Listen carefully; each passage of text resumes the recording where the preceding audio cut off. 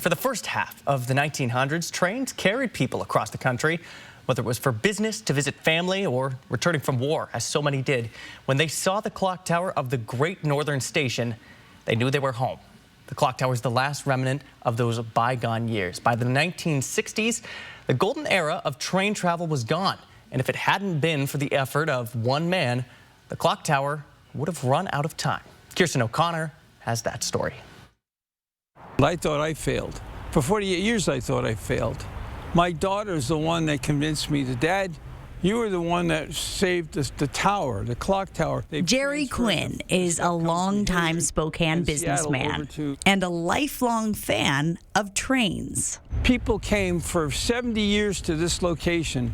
Presidents, soldiers, wives, children, grandmothers came and gone from that Spokane station. It helped build Spokane into the city that it is today. He'd only been in Spokane for a few years when plans to clean up downtown were put into motion. This was a railroad town, and it had a lot of old stuff that was wore out, that was now receding in value.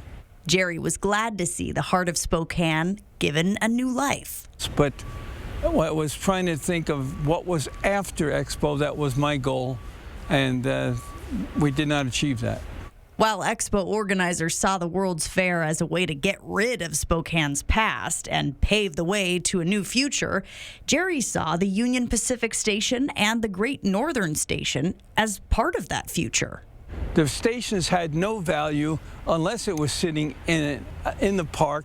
He launched an SOS campaign, Save Our Stations.